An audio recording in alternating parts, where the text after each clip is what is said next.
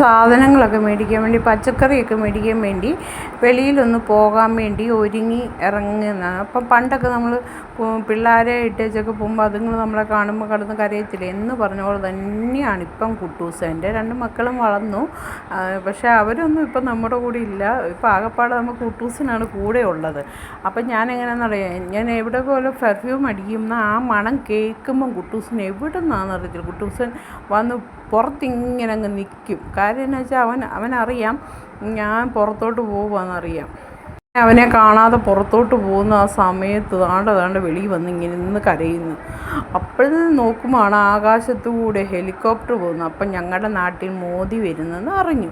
അപ്പോൾ അതിൻ്റെ ട്രയലാണ് ഈ കാണുന്നത്. അപ്പോഴാണ് മേലോട്ട് നോക്കിയപ്പോൾ ഭയങ്കര വെയിൽ. എന്നാലും ഞാൻ എൻ്റെ ഫോണും എടുത്ത് ഞാനതെങ്ങനെയും ഒന്ന് പിടിക്കാമെന്നും കണ്ട് നോക്കിയപ്പോൾ എന്താണ്ട് പോകുന്ന ഹെലികോപ്റ്റർ ഞങ്ങളുടെ വീടിൻ്റെ മേളിൽ കൂടെ പോകുന്ന കണ്ടോ ഗൈസ്. അപ്പോഴത്തേനും കുട്ടൂസൻ കിടന്ന ഭയങ്കര കോര. അത് കഴിഞ്ഞ് ഞാൻ പിന്നെ കടയിലൊക്കെ പോയി തിരിച്ച് വന്നപ്പോഴത്തേന് എന്നാ ചൂടാണ് എൻ്റെ ദൈവമേ. ഒരു നാരങ്ങാവെള്ളം ഉണ്ടാക്കി ഞാൻ തന്നെ കുടിച്ച്, ഞാൻ തന്നെ വീഡിയോ എടുത്തിട്ട് ഒരു പഴവും കൂടെ എടുത്ത് കഴിച്ച്.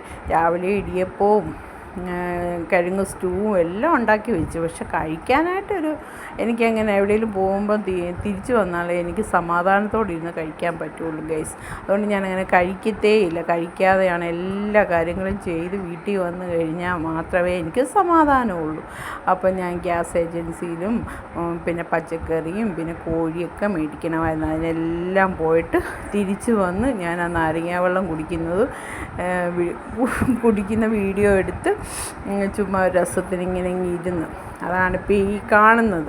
അപ്പോൾ അങ്ങനെ ഞങ്ങളുടെ നാട്ടിൽ മോദി വരുന്നു. അതിൻ്റെ ഭയങ്കര തിരക്കും കാര്യങ്ങളുമായിരുന്നു വഴിയിലൊക്കെ. അപ്പോൾ ഞങ്ങളുടെ അവിടെ ഒരു കോളേജുണ്ട്, അതിൻ്റെ അവിടെയാണ് ഇത് വന്ന് താഴുന്നത്. അവിടെ ചെന്നായിരുന്നു ആൾക്കാരെല്ലാം വീഡിയോ പിടിക്കാൻ വേണ്ടി ഞാൻ ഫോണെല്ലാം എടുത്ത് അഡ്ജസ്റ്റ് ചെയ്ത് വെച്ച് നോക്കിയപ്പോഴത്തേനും നാടെ ഹെലികോപ്റ്റർ പറന്ന് മേലോട്ട് പോയി ഗൈസ്. പിന്നെ അവിടെ ചുമ്മാ വായി നോക്കി നിന്നിട്ട് ഞാനിങ്ങ് പോയിരുന്നു. അവിടെ ഇഷ്ടം പോലെ ആൾക്കാർ വീഡിയോ പിടിക്കാനും ഒക്കെ നിൽപ്പുണ്ട്. അപ്പോൾ ഞാനും വണ്ടി അവിടെ സൈഡിൽ വെച്ച് നോക്കി, പക്ഷെ പറ്റിയില്ല.